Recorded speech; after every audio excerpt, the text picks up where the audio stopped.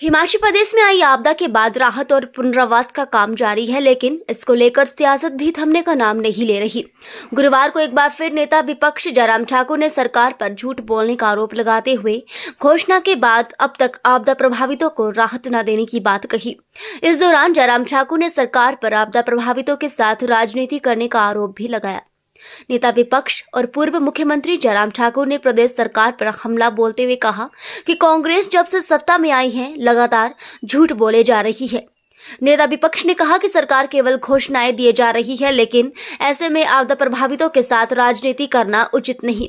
उन्होंने कहा कि आपदा में प्रदेश में बहुत से लोगों ने अपने घर गंवाए, जिसको सरकार ने ग्रामीण क्षेत्र में 5,000 तो शहरी क्षेत्र में 10,000 किराए के रूप में देने की बात कही, लेकिन अभी तक किसी को भी ये राहत नहीं दी गई। उन्होंने कहा कि लोग टेंट शेल्टर में रिश्तेदारों के घरों में रहने को मजबूर हैं।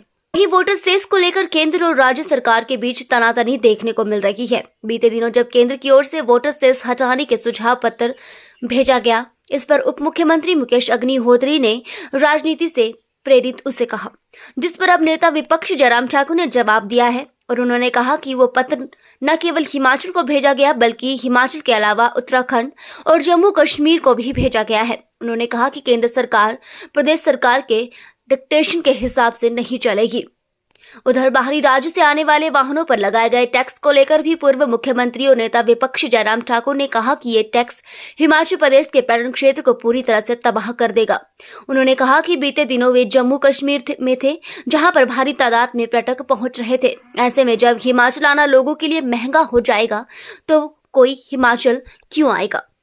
हिमाचल से कांग्रेस की हवा चली है और आगामी जो 5 राज्यों के चुनाव है वहाँ पर नेता प्रतिपक्ष तो मैं खड़ा हूँ यहाँ पर, लेकिन हाँ जी उप मुख्यमंत्री हाँ वो अभी तक अपने सरकार में भी वो प्रतिपक्ष की भूमिका ही निभा रहे हैं। लेकिन चलो खैर जो भी है, लेकिन मैं ये कह रहा हूँ कि जिन राज्यों में चुनाव है अभी उचित नहीं है वो सारी चीज को लेकर के कहना। मैं इतना जरूर कह रहा हूँ कि निश्चित रूप से राजस्थान में एक तरफा विषय है, भाजपा की सरकार बन रही, बहुत बड़े बहुमत के साथ बन रही है। मध्य प्रदेश में भारतीय जनता पार्टी जो है वो पिछले 18 वर्षों से सत्ता में है और 18 वर्षों के सत्ता में रहने के पश्चात अगला कार्यकाल भारतीय जनता पार्टी को वहाँ निश्चित रूप से मिलने वाला है। और इसी प्रकार से जिन जिन राज्यों में है भारतीय जनता पार्टी बहुत बेहतरीन प्रदर्शन करते हुए सरकारें बनाएंगी। जहाँ तक छत्तीसगढ़ में भी भ्रष्टाचार के खिलाफ एक माहौल बहुत जबरदस्त खड़ा हुआ है और उसमें सरकार को उखाड़ फेंकने के लिए कांग्रेस के ही बहुत सारे लोग बागी होकर के वहाँ पर बगावत कर रहे हैं। तो ऐसे में मेरा ये कहना है कि निश्चित रूप से भारतीय जनता पार्टी बहुत जोरदार ढंग से सारी कैंपेन को चला रही है। केंद्रीय नेतृत्व तो सारी चीज़ को लेकर के बहुत गंभीरता से ले रहा है। वैसे भी चुनाव को पार्टी गंभीरता से लेती है और जीत होगी निश्चित रूप से। उसमें भी जो है उन्होंने बयान दिया है कि जो केंद्र से जो पत्र लिखा है वो राजनीतिक प्रेरित है, उसमें राजनीतिक है, उसमें जो सुझाव पत्र लिखा है और हिमाचल उसको देखिए वो पत्र जो है वो हिमाचल के लिए ही नहीं, वो उत्तराखंड के लिए भी पत्र आया है और जम्मू कश्मीर के लिए भी। और इस बात को उनको समझना चाहिए कि केंद्र सरकार हिमाचल प्रदेश के नेताओं, कांग्रेस के नेताओं के कहने के ऊपर उनकी डिक्टेशन पर काम करेगी, ऐसा नहीं है। केंद्र ने जो नियम है, जो प्रावधान है मिनरल एंड माइंस के, उसके अनुरूप जो है वो अपना पत्र लिखा है और उनको कहा है वो अगर उनको कुछ कहना है तो लिख करके भेजे। और दूसरी बात मैं ये कह रहा हूँ, हिमाचल प्रदेश में वाटर सेस के लिए कमीशन बना दिया, लाखों रुपए प्रति महीने के उसमें जो अपॉइंटमेंट की है उस पर खर्च हो रहा है, गाड़ियां चल रही हैं, कमीशन कॉन्स्टिट्यूट करके काम अभी तक कुछ किया नहीं है, लेकिन लाखों रुपए खर्च हो रहा है। तो ऐसे में मेरा यही कहना है कि इससे कोई लाभ नहीं हो पाया है। जिन राज्यों ने किया भी है उनको भी बहुत बड़ा कोई लाभ हुआ है, ऐसा नहीं है। और वैसे भी मामला लिटिगेशन की दिशा में बढ़ा हुआ है। कट्टर ईमानदार का नारा देने वाली आम आदमी पार्टी के लेकिन वो अभी तक नहीं मिला है। देखिए हमारा उसमें बड़ा स्पष्ट कहना है कि आपदा के दौरान जो प्रभावित परिवार हैं उनके साथ राजनीति नहीं होनी चाहिए, उनकी भावनाओं के साथ खिलवाड़ नहीं होना चाहिए, क्योंकि वो बहुत बड़ी मानसिक पीड़ा के दौर में से गुजर रहे हैं। किसी का परिवार का सदस्य चला गया, किसी का घर चला गया, किसी की जमीन चले गई, किसी की पशुशाला चले गई, पशु चले गए, तो बहुत बड़ा नुकसान उनको झेलना पड़ा है इस त्रासदी के दौरान। और ऊपर से सरकार ने घोषणा की कि हम हिमाचल प्रदेश में जितने भी ऐसे लोग हैं जिनका घर चला गया है, ग्रामीण क्षेत्र में उन लोगों को हम 5,000 रुपये प्रति माह के हिसाब से किराया देंगे। और इसके अतिरिक्त जो शहरी क्षेत्र हैं, जिन लोगों का घर चला गया है, उनको 10,000 रुपये किराया देंगे।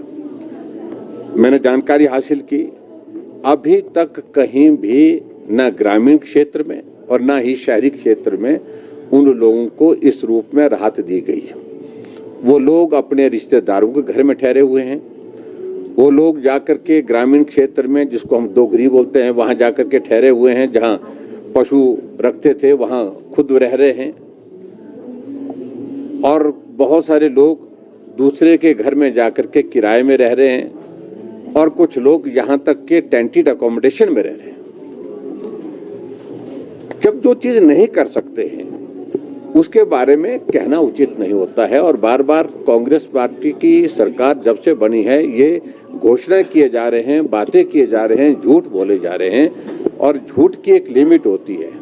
लेकिन ऐसे में विशेष तौर से जो प्राकृतिक आपदा के शिकार हुए हैं जो परिवार, उनके साथ इस प्रकार की राजनीति करना वो उचित नहीं है। और ये बहुत अमानवीय व्यवहार है एक तरह का, मैं कह सकता हूँ सरकार का। सर, 5 राज्यों के विधानसभा चुनाव को लेकर उनको टैक्स बढ़ाया है। अब जो टैक्सी यूनियन है चंडीगढ़ की, उन्होंने कहा है कि अगर सरकार इसको वापस नहीं लेती है इस निर्णय को, तो हम स्ट्राइक पर जाएंगे और हिमाचल प्रदेश नहीं आएंगे, पर्यटकों को लेकर नहीं आएंगे। आपका क्या स्टैंड है, क्या मानते हैं कि सरकार ने ये गलत डिसीजन लिया है, नुकसान हमारे हिमाचल प्रदेश को होगा पर्यटन? देखिए, एक बात आपको मान के चलना पड़ेगा कि हिमाचल प्रदेश एक बहुत बड़ी टूरिज्म डेस्टिनेशन है इंटरनेशनल स्तर के इसमें। और जहां हिमाचल प्रदेश में हमको रोजगार के लिए अगर कोई जरिया अगर मिलता है नौजवानों के लिए, वो टूरिज्म सेक्टर एक है जो बहुत बड़ा उसमें कंट्रीब्यूट करता है। और आय का जरिया भी टूरिज्म बहुत बड़ा एक जरिया है हिमाचल प्रदेश के लिए।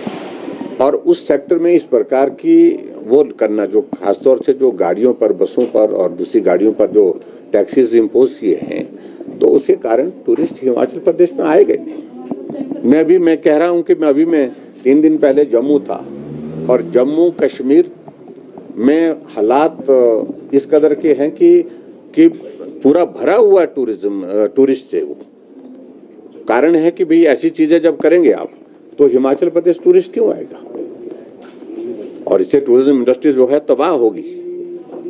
आप करिए, ऐसे सेक्टर को पकड़िए जहां आपको टैक्सेस लगाने हैं, जहां जिससे हिमाचल प्रदेश के भविष्य पर जो है वो नुकसान ना हो, इस बात को सोचना चाहिए। Thank you.